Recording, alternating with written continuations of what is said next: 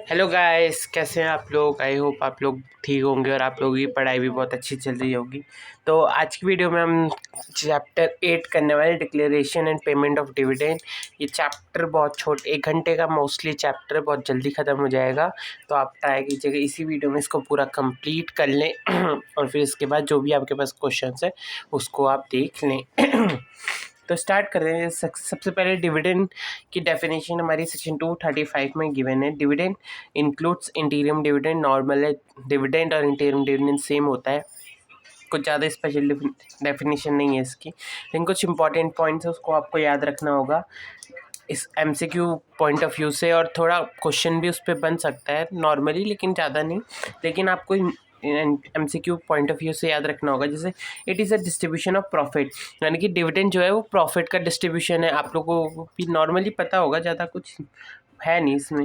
Final dividend declare approved by share holder. जो final dividend होता है वो शेयर होल्डर द्वारा अप्रूव्ड होता है एंड रिकमेंड, जो कि बोर्ड ऑफ डायरेक्टर रिकमेंड करते हैं, और इसमें ओआर से पास होता है, ना कि एसआईएसआर की ज़रूरत नहीं होती, ओआर से पास हो जाएगा। जो इंटीरियम डिविडेंड होता है वो board of director he recommend करता है और खुद ही पास करता है, उसके लिए शेयर होल्डर की अप्रूवल की ज़रूरत नहीं होती। The rate of dividend declare by share holder not exist amount recommended by board of director. Board of director जो रेट ऑफ इंटरेस्ट बोलेगा उससे ज़्यादा share holders rate of interest नहीं मांग सकते डिविडेंड का। Dividend percentage is a proportionate of nominal face value. Face value की ही होगी, ये नहीं कि मार्केट में जो वैल्यू हो उस पर डिविडेंड मिलेगा। जो एक्चुअल फेस वैल्यू थी या नॉमिनल वैल्यू है शेयर्स की, उस पर ही आपको डिविडेंड मिलेगा। टाइप्स ऑफ डिविडेंड, दो तरीके की डिविडेंड है, इंटीरियम और फाइनल। तो इसमें थोड़े छोटे बहुत डिफरेंसेस हैं, तो उसको एक बार देख लेते हैं। जैसे प्रपोज डिविडेंड, एक board of propose dividend propose कौन करता है डिविडेंड को? इंटीरियम के लिए भी बोर्ड ऑफ डायरेक्टर और फाइनल के भी बोर्ड ऑफ डायरेक्टर। लेकिन क्या होता है कि इंटीरियम डिविडेंड बीच में कोई भी दो ईजीएम के बीच में डिक्लेयर एंड पेड होता है, और जो फाइनल वाला है वो एजीएम में ही होता है। डिक्लेयर कब करेगा? Board of director he declare करेगा इंटीरियम को, लेकिन फाइनल को एजीएम करेगा ओआर से, या ऑर्डिनरी बिजनेस कहते हैं इसको। उसके बाद पेड कौन करेगा? इंटीरियम या फाइनल। और पेड तो डिविडेंड ही करेगी, क्योंकि डिक्लेयर तो भाई उसी के लिए कर रहे हैं। Period during an accounting year, एक किसी भी अकाउंटिंग ईयर में करें after closure of financial year, यानी कि फाइनल करेंगे फाइनेंशियल ईयर ख़त्म होने के बाद, जब एजीएम होगा हमारा उसमें। और जो इंटीरियम है वो साल में कभी भी कर सकते हैं, 4 महीने, 6 महीने, 10 महीने, किसी भी महीने में हम कर सकते हैं। तो उसके बाद एओए में ऑथराइज होना चाहिए इंटीरियम डिविडेंड के लिए। यस, इंटीरियम डिविडेंड के लिए एओए में ऑथराइज होना चाहिए, लेकिन फाइनल डिविडेंड के लिए कोई ज़रूरत नहीं है कि ऑथराइज है नहीं है, उससे कोई मतलब नहीं है। आपका फाइनल तो डिक्लेयर करना ही पड़ेगा, लेकिन इंटीरियम अगर ऑथराइज है तभी आप डिक्लेयर कर सकते हो। रिवोकेबल, क्या हम मना कर सकते हैं? मतलब एक बार हमने डिक्लेयर कर दिया, उसके बाद हम कह सकते हैं नहीं, हम डिविडेंड नहीं देंगे अब। तो इंटीरियम डिविडेंड में आप कह सकते हो कि अगर बोर्ड ऑफ डायरेक्टर ने डिक्लेयर कर दिया तो उसके बाद वो मना कर सकते हैं कि हाँ, और शेयर होल्डर्स मना कर सकते हैं, बोर्ड ऑफ डायरेक्टर खुद भी नहीं मना कर सकते। अगर वो शेयर होल्डर से बात कर लेते हैं तो फिर मना कर सकते हैं कि हम इंटीरियम डिविडेंड नहीं दे रहे। लेकिन अगर एक बार फाइनल डिविडेंड डिक्लेयर हो गया ना, तो फाइनल डिविडेंड बिल्कुल भी रिवोक नहीं हो सकता, उसे आपको देना ही पड़ेगा, कैन नॉट बी रिवोक। अब डिविडेंड एलिजिबिलिटी क्या होती है? मतलब कि एक तरीके से टाइप्स ऑफ डिविडेंड हमने पढ़े, तो किस किस तरीके के शेयर होल्डर्स को डिविडेंड मिलता है? तो 2 तरीके के शेयर होल्डर्स होते हैं, एक प्रीफरेंस और इक्विटी। प्रीफरेंस में 2 टाइप होते हैं, cumulative, non cumulative. Non cumulative जो होते हैं वो होते हैं, यानी कि एक पीरियड के बाद उनका प्रीफरेंस रिडीम हो जाए। मतलब प्रीफरेंस तो सबका होगा, एक टाइम के बाद रिडीमेबल होगा। लेकिन क्यूमुलेटिव में क्या होता है? क्यूमुलेटिव में अगर कंपनी के पास प्रॉफिट है ना हो, अगर इस साल कंपनी के पास प्रॉफिट है तो वो दे दे, यानी कि एक तरीके से मान लो ये आपकी प्रायोरिटी में आ जाते हैं सारे। जैसे क्यूमुलेटिव आ गई फर्स्ट प्रायोरिटी, उसके बाद नॉन क्यूमुलेटिव सेकंड, और फिर इक्विटी थर्ड। तो पहले इक्विटी देखते हैं कि equity depend on the availability of profit. अगर प्रॉफिट है तो मिलेगा, नहीं है तो नहीं मिलेगा। अगर बचा तो यानी कि क्यूमुलेटिव नॉन क्यूमुलेटिव के बाद बचा तो इक्विटी को मिलेगा वरना नहीं मिलेगा। अब क्यूमुलेटिव प्रेफरेंस शेयर क्या होते हैं? क्यूमुलेटिव प्रेफरेंस शेयर यानी कि जिन पे डिविडेंड फिक्स है, जिनका डिविडेंड फिक्स है, रिटर्न फिक्स है, कोई भी प्रेफरेंस शेयर से रिलेटेड कोई भी राइट्स है वो सब उनके फिक्स है, उनसे कभी नहीं लिए जाएंगे। तो क्यूमुलेटिव को क्या होता है कि अगर इस साल डिविडेंड प्रॉफिट है हमारे पास और हमने डिविडेंड दिया तो उस केस में तो नॉर्मल है, लेकिन इस साल मान लो हमारे पास प्रॉफिट ही नहीं है, लॉस आ रहा है, तो इस नेक्स्ट ईयर हमारे पास प्रॉफिट आया तो जो क्यूमुलेटिव प्रेफरेंस शेयर्स होंगे ना उनको हमें अगले साल इस साल का भी डिविडेंड देना पड़ेगा। यानी कि एक तरीके से आप मान सकते हो अगर हमने डिविडेंड पे नहीं किया क्यूमुलेटिव प्रेफरेंस शेयर होल्डर का तो कैरी फॉरवर्ड हो जाता है, यानी कि अगले साल फिर वो देना पड़ता है। लेकिन जो नॉन क्यूमुलेटिव है ना, अगर इस साल हमने दिया तो ठीक है, नहीं दिया तो फिर अगले साल उनको नहीं देते हैं। तो ये 3 कैटेगरी हो गई डिविडेंड की। इस पे कोई इतना वो इम्पोर्टेंट नहीं है, नॉर्मल कॉन्सेप्ट्स हैं आपको बस समझने के लिए। अब जो इम्पॉर्टेंट है वो अब ये स्टार्ट होते हैं जो सेक्शंस हैं हमारे। अभी तक नॉर्मल कैजुअल डिस्कशंस थे डिक्लेयर के डिविडेंड के बारे में, डिविडेंड क्या होता है, कैसे होता है, इसमें क्या क्या होते हैं। तो अब सेक्शन स्टार्ट करते हैं। जैसे सबसे पहले आता है हमारा section 123। Section 123 is a declaration of dividend.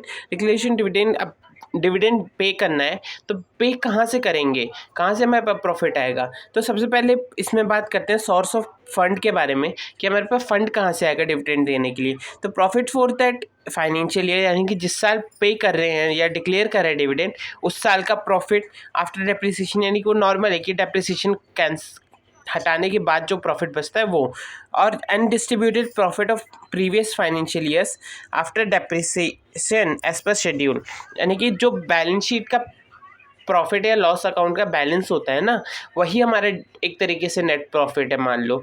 यानी कि आपको इतना मत याद रखो, अभी याद रखो बैलेंस शीट, इस साल की बैलेंस शीट का प्रॉफिट यानी कि profit for that year financial year, and undistributed profit of previous financial year, यानी कि पिछले साल के बैलेंस शीट का कोई प्रॉफिट हमारे पास बचा था वो उन दोनों से हम डिक्लेयर कर सकते हैं। और क्या आते हैं हमारे पास, या तो हम दोनों को एक यूज़ करें दोनों में से, या फिर हम दोनों भी यूज़ कर सकते हैं। और लास्ट 4th पॉइंट आता है कि कभी कभार क्या होता है, कंपनी कहती है, मतलब सेंट्रल गवर्नमेंट या स्टेट गवर्नमेंट कहती है कि आप कंपनी कंटिन्यू रखो, शेयर होल्डर्स अपॉइंट करो, हम उनके डिविडेंड, अगर आपके पास प्रॉफिट नहीं होता है ना तो हम पैसे देंगे आपको डिविडेंड देने के। यानी कंपनी एक सर्टेन अमाउंट देती है कि आप इतने पैसे लीजिए और अपने एक शेयर होल्डर्स को डिविडेंड दे दीजिए। वो बात अलग है, वो बाद में रिफंड ले लेती है, एक तरीके से लोन की तरह देती है विदाउट इंटरेस्ट का, लेकिन वो बाद में रिफंड ले लेती है। तो अगर CG SG दे ये तो भी हम उससे भी डिक्लेयर कर सकते हैं डिविडेंड। तो क्या 4 तरीके हो गए। पहला, that financial year, profit of that financial year यानी कि इस साल का profit, for profit of undistributed profit of preceding financial year, previous financial year, यानी पिछले साल का प्रॉफिट जो हमने अभी तक डिस्ट्रीब्यूट नहीं करा, यानी कि बांटा नहीं है, या बांटने के बाद भी जो बच गया है तो वो, और या तो बोथ दोनों ही यूज़ कर लेंगे, या तो फिर गवर्नमेंट कोई पैसा दे रही है उसको यूज़ करेंगे। अब एक्चुअल प्रॉफिट का मतलब क्या है, अब प्रॉफिट में तो कुछ भी आ सकता है, रिवैल्यूएशन प्रॉफिट, कैपिटल प्रॉफिट या रेवेन्यू प्रॉफिट, अलग अलग तरीके से। तो एक्चुअल प्रॉफिट में क्या नहीं आएगा वो बताया है, उसके अलावा सारे आएंगे। तो सबसे पहले अनरियलाइज, नॉशनल या रिवैल्यूएशन गेन वगैरह जो होते हैं, यानी किसी की एसेट्स की अमाउंट चेंज, मतलब कि हमारे पास कोई लैंड है, उसकी अमाउंट मार्केट में बढ़ गई है तो हमने अपनी बुक में भी उसकी अमाउंट वैल्यू, तो उससे हमारा रिवैल्यूएशन गेन आया, तो उसको रिवैल्यूएशन, नॉशनल या अनरियलाइज बोलो, बात एक ही है, तीनों नाम एक ही है। तो वो गेन उसे हम यूज़ नहीं कर सकते क्योंकि वो एक्चुअल कोई प्रॉफिट नहीं है, सिर्फ एक अनरियलाइज प्रॉफिट है जो हमें लगता है कि फ्यूचर में जब हम लैंड सेल करेंगे तब होगा।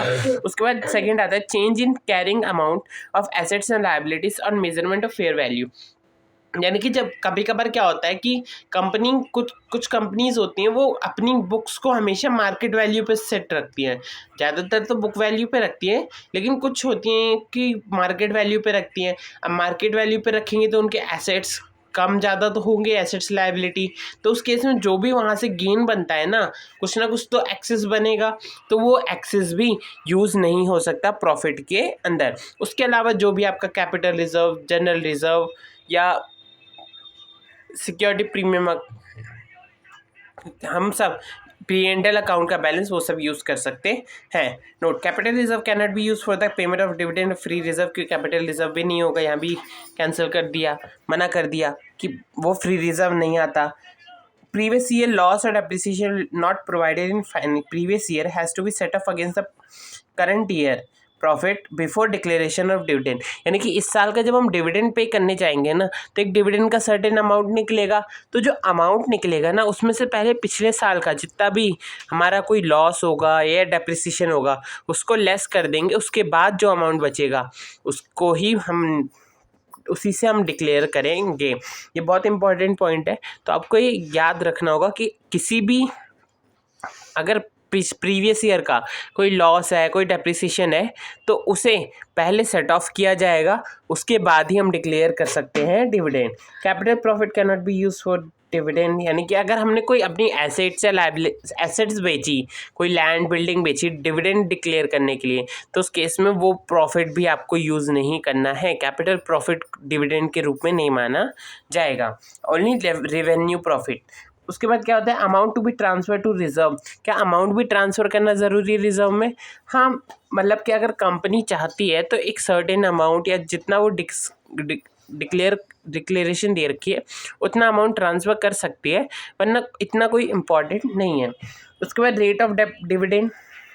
रेट ऑफ डिविडेंड क्या होगा, तो rate of dividend in case of absence of profit, अगर प्रॉफिट भी नहीं है इस साल का, या प्रॉफिट है लेकिन उतना प्रॉफिट नहीं है कि हम डिविडेंड पे कर पाएंगे, and if company propose to declare dividend out of profit of previous financial years transfer to reserves, और कंपनी कहती है कि अब हमें पिछले साल का प्रॉफिट यूज़ करना पड़ेगा जो हमने रिजर्व के रूप में सेव कर रखा है, तो उस केस में क्या होगा, such dividend shall be declared as per rule 3। Rule 3 के हिसाब से, रूल 3 एक बहुत इंपॉर्टेंट पॉइंट है, आपको इसे याद रखना होगा, तो और पॉसिबल हो तो इसका रूल नंबर भी याद रखिए, क्योंकि रूल नंबर बहुत ही ज़्यादा इंपॉर्टेंट है, क्योंकि इस पे बहुत अच्छी तरीके से क्वेश्चन बन सकते हैं। अब रूल 3 क्या कहता है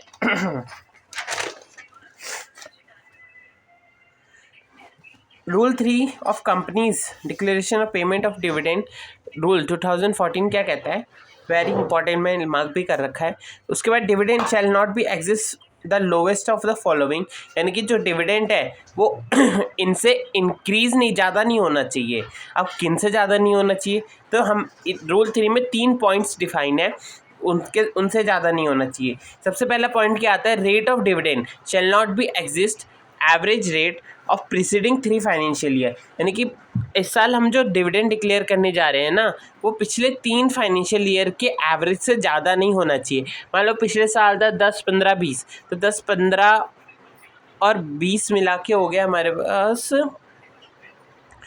10, 15 और 20, 30, 35, 45 हो गए, और उसको डिवाइड करेंगे तो हमारा मैक्सिमम 15% आता है। तो मैक्सिमम आप 15% तक रेट ऑफ इंटरेस्ट मतलब रेट ऑफ डिविडेंड सेट कर सकते हो, उससे ज़्यादा का नहीं कर सकते। आप उससे कम चाहो तो कर लो, लेकिन उससे ज़्यादा नहीं करना है। उसके बाद लेकिन अगर आपने पिछले कुछ सालों में डिविडेंड ही डिक्लेयर नहीं किया 3 सालों में, तो आपको फिर ये रूल अप्लाई ही नहीं होगा। अगर आपने डिविडेंड डिक्लेयर किया है पिछले 3 सालों में तो फर्स्ट वाला होगा, अगर नहीं किया तो इसको यूज़ करने की कोई ज़रूरत नहीं है। आप अगले 2 देखिए और उसमें से लोवेस्ट वाले को सिलेक्ट करिए।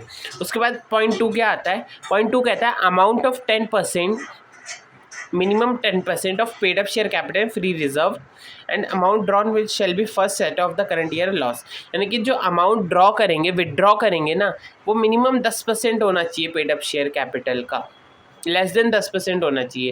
यानी कि एक तरीके से मान लो मैक्सिमम अमाउंट जो है वो 10% होना चाहिए total paid up share capital का फ्री रिजर्व का। इस पर हम क्वेश्चन करेंगे ना, तो वो आपको पॉइंट जल्दी क्लियर हो जाएगा। अभी आप ये समझिए कि अमाउंट जो total paid up share capital free reserve, तो पेड अप शेयर कैपिटल 200 है और फ्री रिजर्व 50 करोड़ है, तो अगर हम 200 + 50 250 का 10% 25 करोड़ आप मैक्सिमम विड्रॉ कर सकते हो, 25 करोड़ से ज़्यादा नहीं कर सकते।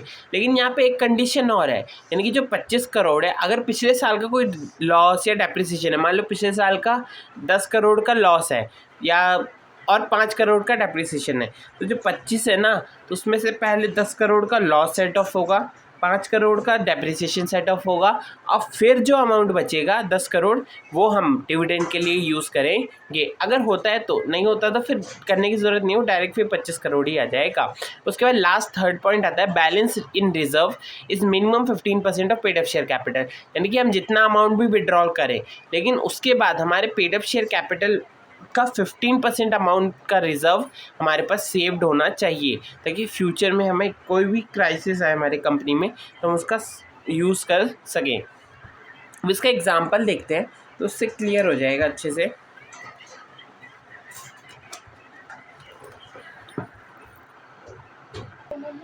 तो हम एग्जांपल लेते हैं, जैसे कोई कंपनी है, उसका paid up share capital 100 crore है, फ्री रिज़र्व 50 करोड़ है, और क्या ले लेते हैं करंट ईयर का लॉस, इस साल का लॉस क्या है 2 करोड़ है, और मान लेते हैं एवरेज रेट। अब एवरेज रेट निकालने में पिछले 3 साल का चाहिए, तो फर्स्ट ईयर, सेकेंड और थर्ड 3 साल के हमारे पिछले साल के रेट्स क्या थे 10%, 12% और 30% मान लो। एक बार देख लेता हूँ, 30, 12, 10 पॉइंट में आएगा, तो एक काम करते हैं 10 + 12 + 8 कर देते हैं, इसे 8 कर लेते हैं ताकि हमारे कैलकुलेशन में ज़्यादा मुश्किल ना हो, आराम से जल्दी हो जाए। ये हो गए हमारे पिछले 3 साल के। उसके बाद और हमें इस साल के लिए क्या चाहिए, इस साल का डिविडेंड हम कितना कर रहे हैं। इस साल का प्रपोज्ड हुआ है 12% का, ठीक है, एग्जाम्पल है नॉर्मली। अब हमें चेक करना है कि हम पिछले 3 सालों का क्या, अच्छा 3, 8, 12 मना हो जाएगा, तो एक काम करो, इसको मान लो 10% ही मान लो, ठीक है, 10% ही मान लेते हैं, ज़्यादा नहीं करते, ठीक है। उसके बाद सबसे पहले फर्स्ट टेस्ट चेक करते हैं। अब फर्स्ट टेस्ट क्या था, एवरेज ऑफ प्रीवियस 3 ईयर, तो एवरेज निकालते हैं प्रीवियस 3 ईयर का, तो 10, 12, 22, 8, 30 का 3 / 3 यानी कि 10% एवरेज आ गया। हम कितना कर रहे हैं 10%, तो हमारा फर्स्ट टेस्ट कंप्लाई हो गया। तो फर्स्ट टेस्ट के हिसाब से हमारे पास डिविडेंड कितना आया, यानी कि अमाउंट ऑफ डिविडेंड हम कितना ले सकते हैं। तो टोटल फ्री रिजर्व कितने हैं 50 करोड़, 50 करोड़ का 10%, यानी कि हम टोटल 5 करोड़ ले सकते हैं इस प्रोविज़न के हिसाब से, ठीक है। अब टेस्ट 2 चेक करते हैं। टेस्ट 2 क्या कहता है, maximum 10% of paid up share capital plus free reserve, ठीक है। अब मैक्सिमम 10% देंगे, पहले paid up share capital free reserve का टोटल क्या है, paid up share capital free reserve का टोटल है 150 करोड़, तो 150 करोड़ का 10% हमारे पास 15 करोड़ आ गया। अब हमारे पास पिछले साल का कुछ लॉसेस भी, इस साल का कुछ लॉसेस भी है। लॉसेस कितना है 2 करोड़ का, तो -2 करोड़, तो हमारे पास कितना आ गया, हमारे पास आ गया 13 करोड़ का प्रॉफिट टेस्ट 2 से आ गया, यानी कि मतलब कि 13 करोड़ अमाउंट आ गया जो हम इस साल डिक्लेयर कर सकते हैं। उसके बाद लिस्ट 3, अब लिस्ट 3 चेक करना है, तो अब लिस्ट 3 क्या कहता है, मैक्सिमम आपको मिनिमम फ्री रिजर्व कितना रखना है 15% of paid up share capital. अब पेड अप शेयर कैपिटल का 15% यानी कि 100 करोड़ का 15% कितना आता है 15 करोड़। यह हमें रिज़र्व करना है, इतना रिज़र्व हमें संभाल के रखना है। और हमारे पास टोटल रिज़र्व कितने हैं 50 करोड़, तो 50 करोड़ माइनस 15 करोड़, तो हमारे पास आ गया 35 करोड़। इतना हम यूज़ कर सकते हैं डिविडेंड के लिए। अब हमने सबसे पहले लाइन इस रूल में क्या पढ़ी थी, विच एवर इज़ लोअर या कम होगा वो वाला। पहले वाले में कितना आ रहा है 5 करोड़, दूसरे वाले में 13 और तीसरे वाले में 35, तो हमारे पास सबसे कम कितना हो गया 5 करोड़। लेकिन एक्चुअल में हमें कितना चाहिए, हमें तो 10% चाहिए, तो फ्री रिजर्व का 10% कितना आया 5 करोड़, ठीक है। हमें 5 करोड़ ही चाहिए था, हमारा मिनिमम भी 5 करोड़ आ रहा है, तो हमारा सेटिस्फैक्शन हो गया, हम आराम से 10% का डिविडेंड डिक्लेयर कर सकते है। उसके बाद मैंने इसमें एक इलस्ट्रेशन ले रखा है, इसमें थोड़ी रेट्स वगैरह अलग है, तो आप उसको भी देख सकते हैं एक बार सॉल्व करके सेल्फ के लिए, और उसके बाद जो सॉल्यूशन है आप उसको भी देख सकते हैं। आपको कुछ ना आए तो आप पूछ लीजिएगा। तो उसके बाद एक टाइम लाइन है, इस टाइम लाइन को हम आखिरी में डिस्कस करते हैं, ताकि जब तक आपका कॉन्सेप्ट भी हो जाएगा तो आपको टाइम लाइन समझ में भी आ जाएगा। तो कॉन्सेप्ट कंप्लीट करने के बाद चैप्टर के लास्ट में हम इस टाइमलाइन को डिस्कस करेंगे।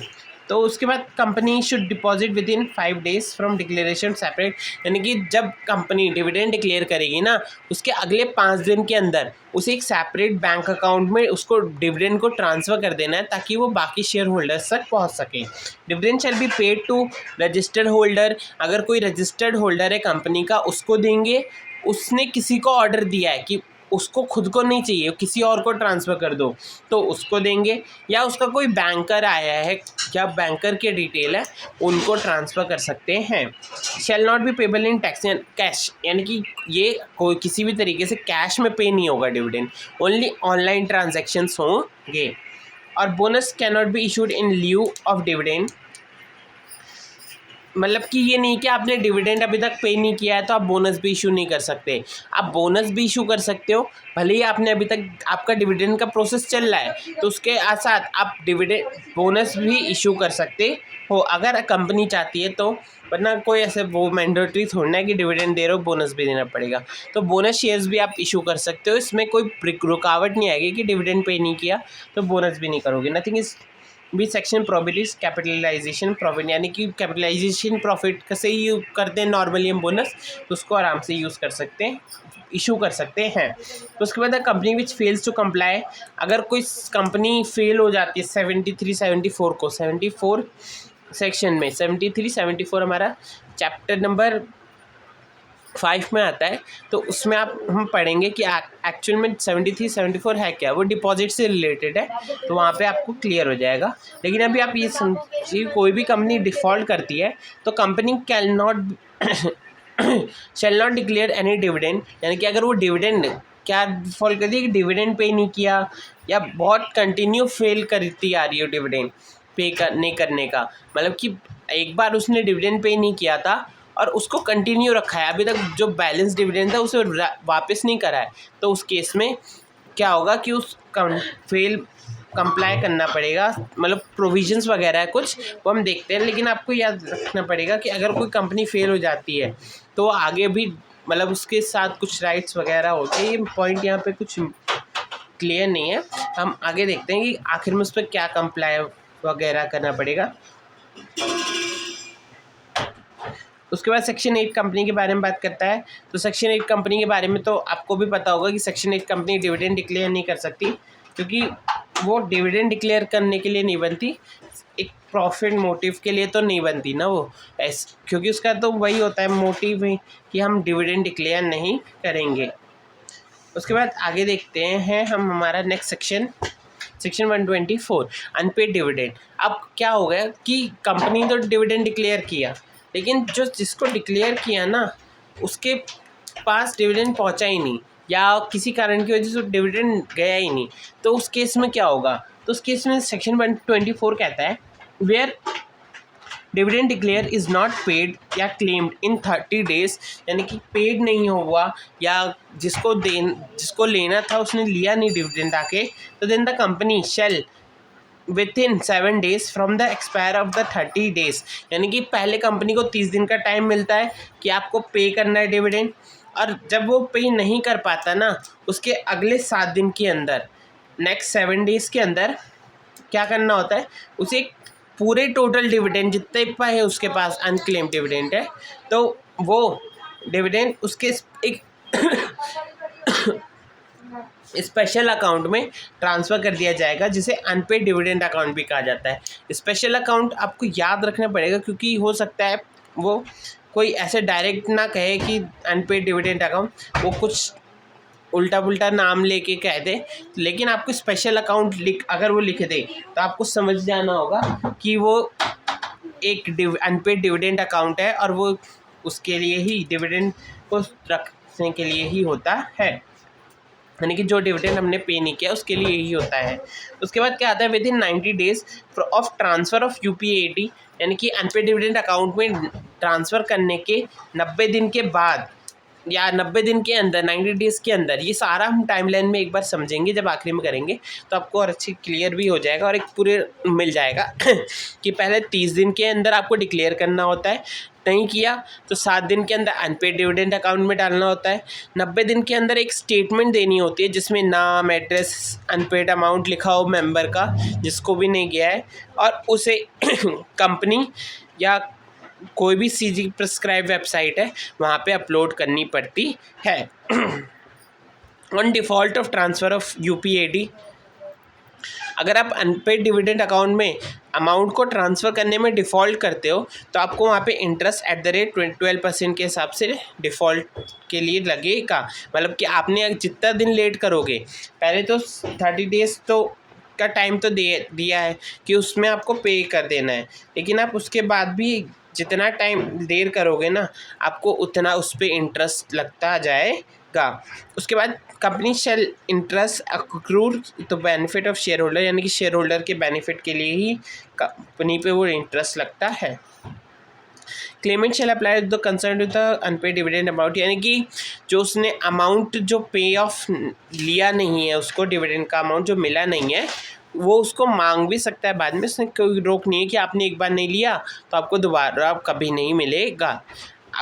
फिर transfer of IPF, amount remains unpaid, अगर कोई अमाउंट अनपेड रह जाता है तो अगले 7 साल के अंदर आपको अनपेड डिविडेंड अकाउंट से वो आईपीएफ को ट्रांसफ़र कर देना होगा। आईपीएफ क्या है उसके बारे में देखेंगे आगे, नेक्स्ट सेक्शन उसी का ही है।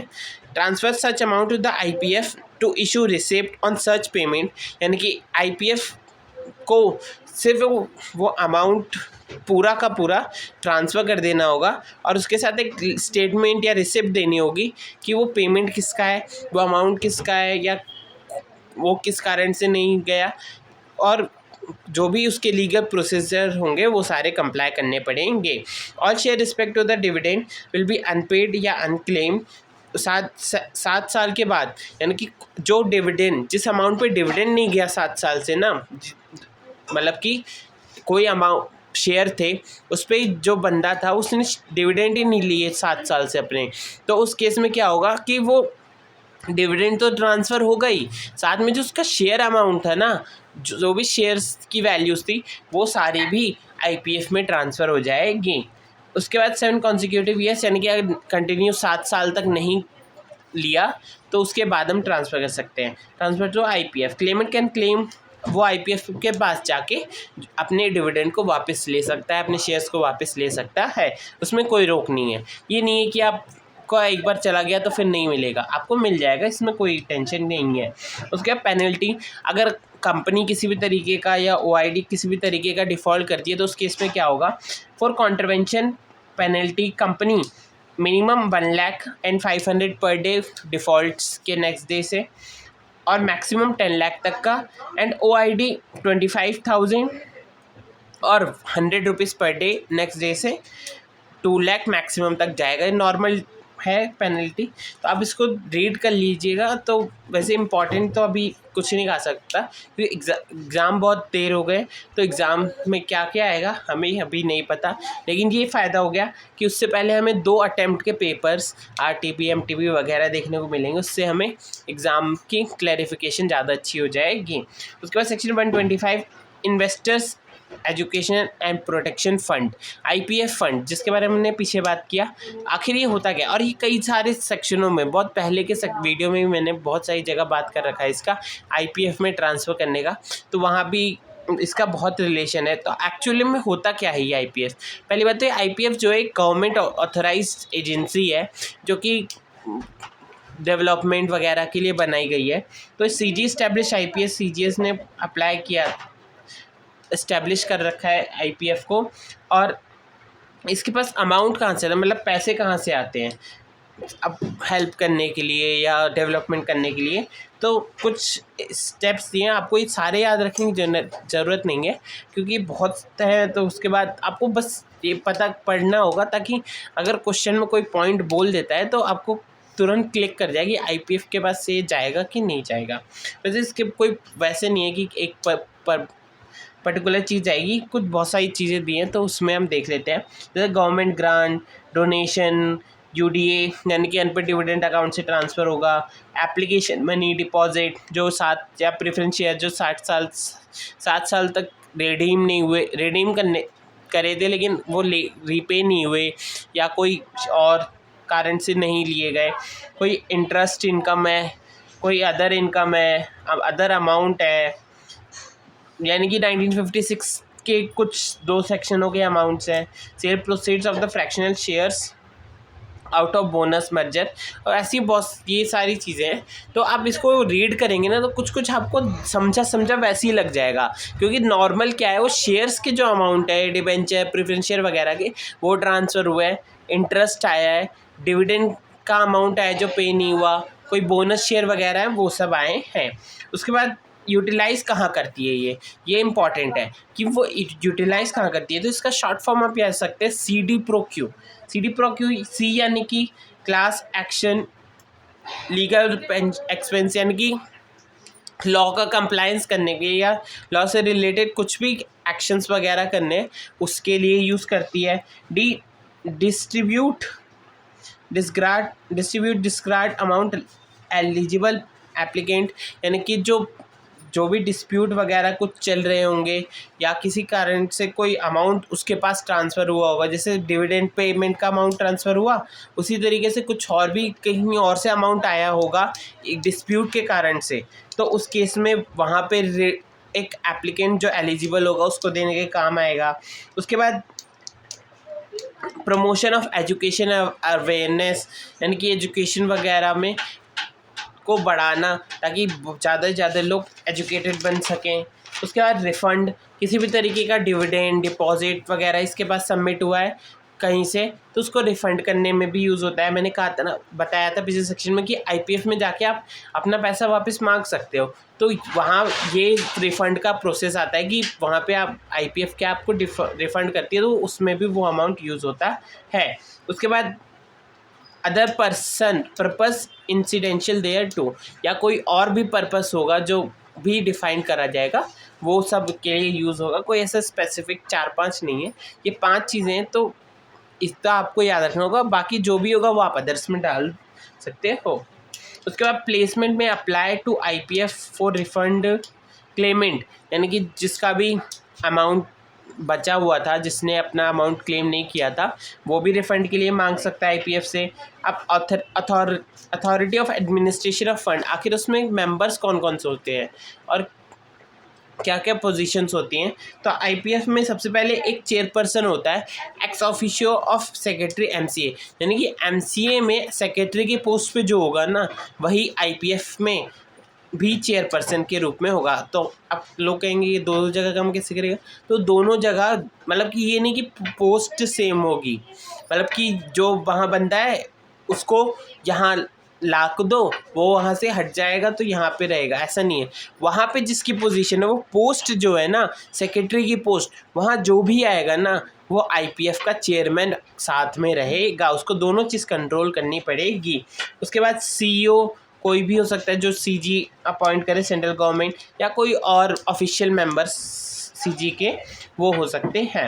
उसके बाद रोल क्या होता है आईपीएफ का, तो आईपीएफ का एडमिनिस्टर आईपीएफ मेंटेन यानी कि जो एडमिनिस्ट्रेटर्स होते हैं आईपीएफ के मेंबर्स हैं, चेयरमैन वगैरह हैं, उनका काम है कि एक सेपरेट अकाउंट बनाए यानी कि एक बुक्स ऑफ अकाउंट्स तैयार करें ताकि उससे पता चल सके कि जो आईपीएफ का अमाउंट है ना वो आखिर जा कहाँ से रहा है, यानी कि उसका यूज़ हो रहा है सही या नहीं हो रहा, या अगर नहीं हो रहा तो कहाँ जा रहा है पैसा और कहाँ से आ रहा है, वो सारा रिकॉर्ड उसे तैयार करना पड़ेगा। ऑडिट फंड यानी कि जो रिपोर्ट तैयार होगा उसका ऑडिट भी होगा।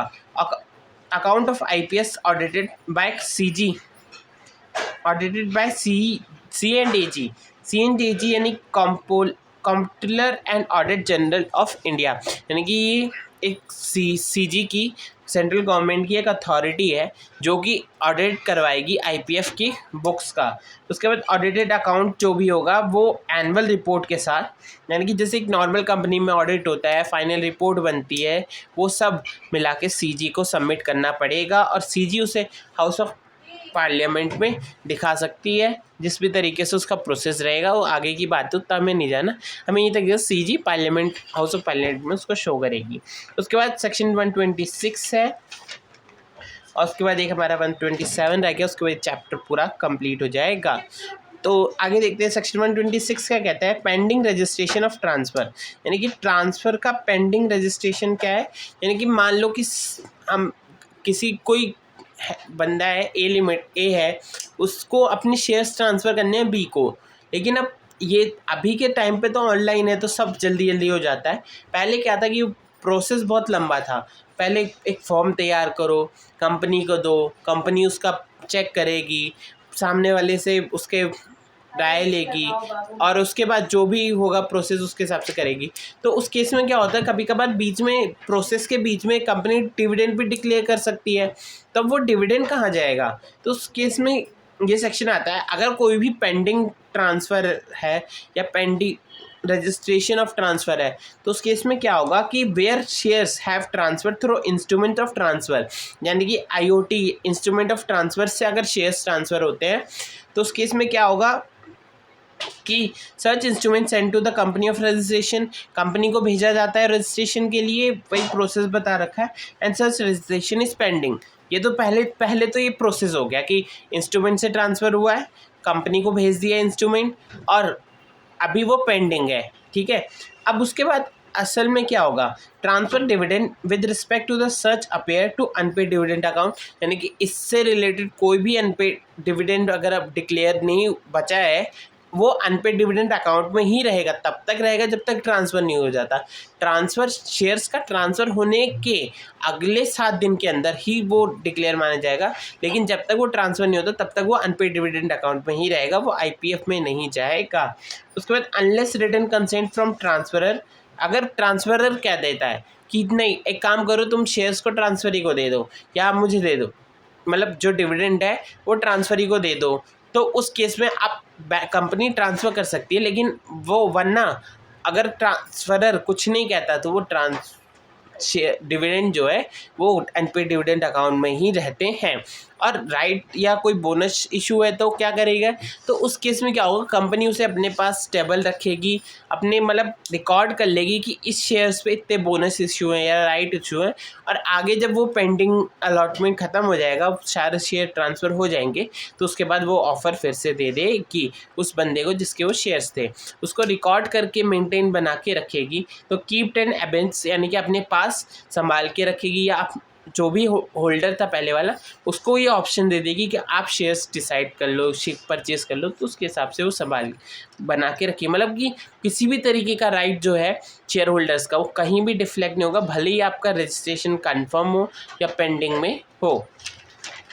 उसके बाद हमारा लास्ट सेक्शन आ जाता है, बहुत छोटा सेक्शन है लेकिन थोड़ा इम्पॉर्टेंट भी है, तो उसको ध्यान से सुनिएगा। तो जैसे सेक्शन 127 किस बारे में बात करता है, punishment for failure of distributed dividend, यानी कि अगर हम डिविडेंड का पेमेंट करने में कोई डिफ़ॉल्ट कर देते हैं, यानी कंपनी कोई डिफ़ॉल्ट कर देती है पेमेंट करने में, तो क्या होगा, where a dividend has been declare, अगर डिविडेंड डिक्लेयर हो गया है लेकिन डिविडेंड पे नहीं किया गया है, या उसका वारंट एक तरीके का सर्टिफिकेट होता है या रिपोर्ट होती है, मान लो उस पर लिखा होता है कि आपको इतना डिविडेंड मिल रहा है, तो आप उसको एक ट्रांसफरेबल होता है।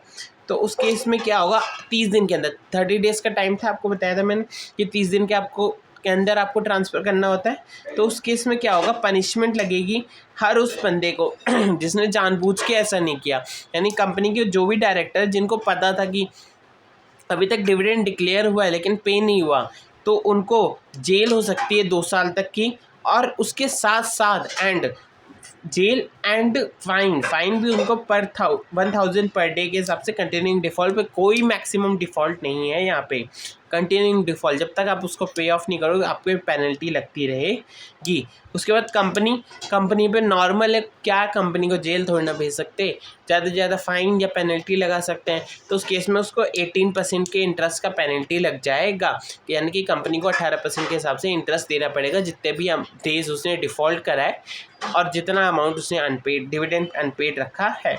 उसके बाद कुछ एक्सेप्शन है कि कहाँ पे कंपनी बच सकती है, किन किन केसों में। तो सबसे पहले no offence deems under this section, तो इसका शॉर्ट फॉर्म है लाडो।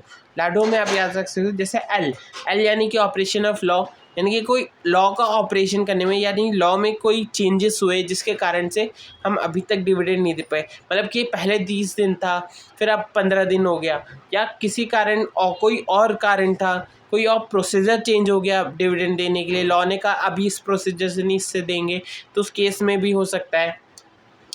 अगर कोई शेयर डी यानी डायरेक्शन, शेयर होल्डर ने डायरेक्शन दे रखा है कि आप हमें 10 दिन के अंदर दो या 30 से 40 दिन की, 40 से 50 दिन के अंदर दो, तो उस केस में जो भी होगा, या कोई और बात कह रखी है तो उस केस में क्या होगा कि कंपनी कहे कि हम आपके डायरेक्शन को फॉलो नहीं कर सकते, या cannot does direction cannot be complied with the same has been communicated by shareholders, यानी कि कोई ऐसी चीज़ है जो जिसको फॉलो ना किया जाए, यानी कि कोई शेयर होल्डर ने अपना ही कोई रूल निकाल दिया लॉ से अलग, उससे कहा कि आप ऐसा फॉलो करो, तो उस केस में भी बोर्ड ऑफ डायरेक्टर्स बच सकते हैं।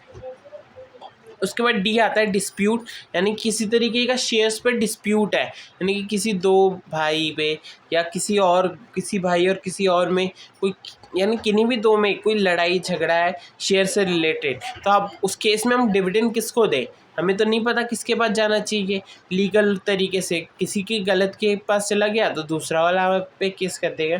तो उस केस में भी अगर कंपनी डिविडेंड डिक्लेयर नहीं करती है तो उस पर भी कोई पेनल्टी नहीं लगेगी। उसके बाद ए क्या आता है, dividend has been lawfully adjusted against sum of due to company from share holders, यानी कि डिविडेंड जो है वो हम एडजस्ट कर सकते हैं। एक जगह हमने पढ़ा था अलॉटमेंट मनी को एडजस्ट नहीं किया जा सकता किसी और में अदर देन रिफंड या अलॉटमेंट, एप्लीकेशन मनी को एडजस्ट नहीं कर सकते, लेकिन हम डिविडेंड को कहीं भी एडजस्ट कर सकते हैं। अगर शेयर होल्डर से हमारा कोई भी ड्यू है ना, हम वहाँ पे डिविडेंड मनी को एडजस्ट कर सकते हैं और उस पर कोई भी केस नहीं होगा, बस उसका रेफरेंस देना होगा, मतलब बताना होगा कि हमने यहाँ एडजस्ट किया है, और उसके बाद ओ या कोई अदर रीजंस है वो भी जो इस डिफ़ॉल्ट को कैंसिल करते वो वहाँ पे कंप्लाई कर जाएगा।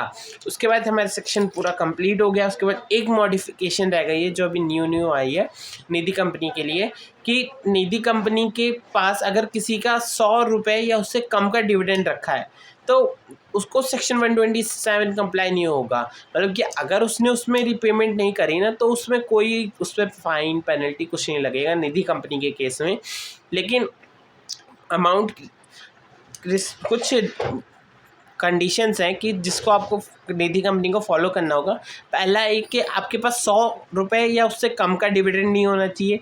दूसरा, आपने अनाउंस कर दिया है लोकल लैंग्वेज में, यानी कि निधि कंपनी जहाँ भी स्टैब्लिश है वहाँ के लोकल लैंग्वेज न्यूज़पेपर में अनाउंस कर दिया एक में, ये नहीं कि इंग्लिश और वर्नेकुलर में ही करना है, इंग्लिश में नहीं करना। तो वर्नेकुलर लैंग्वेज में आपने डिक्लेयर कर दिया है कि हमने डिविडेंड पे कर दिया है, इन लोगों का डिविडेंड इससे कम है तो वो आके अपना डिविडेंड खुद ले ले, वरना हमारे पास कोई भी जिम्मेदारी नहीं होगी। और अनाउंस कर दिया है नोटिस बोर्ड पे, अगले 3 महीने के अंदर अंदर आपने 3 महीने पूरे होने से पहले ही नोटिस बोर्ड पे लगा दिया कि इन लोगों का डिविडेंड 100 रुपये से कम है जो कि हमने अभी तक डिक्लेयर नहीं करा है, तो उस केस में कंपनी पे कोई भी लायबिलिटी नहीं आती, लेकिन वो कंडीशन उसको फुलफ़िल करनी पड़ेगी। उसके बाद हमारा चैप्टर पूरा कंप्लीट हो गया। उसके बाद एक टाइमलाइन हमारी जो बची थी हम उसको डिस्कस कर लेते हैं।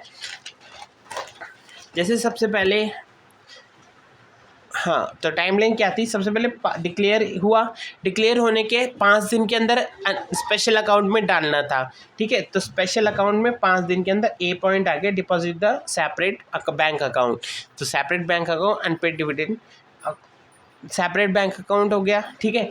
उसके बाद डिक्लेयर होने के 30 दिन के अंदर रीपे करना था, तो B point pay dividend amount to share holders, 30 दिन के अंदर रीपेमेंट। उसके बाद अगले रीपेमेंट के, यानी कि 30 दिन के अंदर रीपेमेंट था और उसके 7 दिन तक अगर रीपेमेंट नहीं होता है यानी कि यहाँ पे रीपेमेंट था, इसके अगले 7 दिन के अंदर अंदर आपको अनपेड डिविडेंड अकाउंट में डालना है जितना अमाउंट पे ऑफ नहीं हुआ। तो unpaid dividend account transfer the unpaid या unclaimed amount to the UDA unpaid dividend account में ट्रांसफ़र करना होगा। अगर 7 दिन के अंदर भी वो डिविडेंड किसी को भी ट्रांसफ़र नहीं हुआ तो उसके 90 दिन के अंदर हमें एक स्टेटमेंट देनी होगी कि हमारे पास इन लोगों के शेयर्स डिविडेंड है। आप अपने आके डिविडेंड की लिस्ट मतलब अपने डिटेल्स चेक करवा लीजिए और अगर कोई प्रॉब्लम है तो उसको ठीक करें ताकि हम डिविडेंड वापस पे कर सकें। ऐसे कुछ भी स्टेटमेंट होगी वो तैयार करके अपनी वेबसाइट पे डालनी पड़ेगी। लेकिन अगर वो फिर भी बंदा नहीं आता तो जिस दिन हमने अनपेड डिविडेंड अकाउंट में डाला था, स्टेटमेंट वाले दिन से नहीं, जिस दिन हमने अनपेड डिविडेंड अकाउंट में डाला था उसके अगले 7 दिन तक अगर वो नहीं आता है तो हम उसे आईपीएफ में ट्रांसफ़र कर देंगे। तो इसी के साथ हमारा पूरा टाइमलाइन ख़त्म हो गया। आप इसको याद रख लीजिए, इस टाइमलाइन बहुत सिंपल है।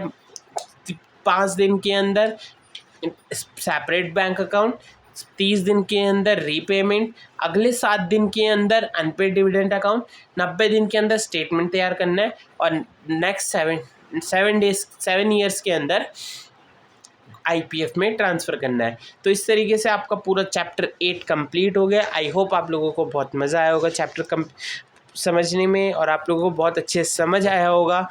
मैंने पूरी कोशिश की कि मैं आपको बहुत अच्छे से समझा पाऊँ और मुझे पता है आप लोगों को जो पसंद आया तो वीडियो को लाइक कीजिएगा, सब्सक्राइब कीजिएगा चैनल को और कमेंट करके मुझे बताइएगा। कोई डाउट हो तो मुझे हमारे ग्रुप पे टेलीग्राम ग्रुप पे है हमारा, उसका लिंक आपको डिस्क्रिप्शन में मिल जाएगा। नोट्स चाहिए तो वो भी आपको डिस्क्रिप्शन में मिल जाएंगे। तो चैनल को सब्सक्राइब कीजिए, अपने फ्रेंड्स के साथ शेयर कीजिए। आई होप आप लोगों को बहुत पसंद आ रहा होगा और थैंक यू।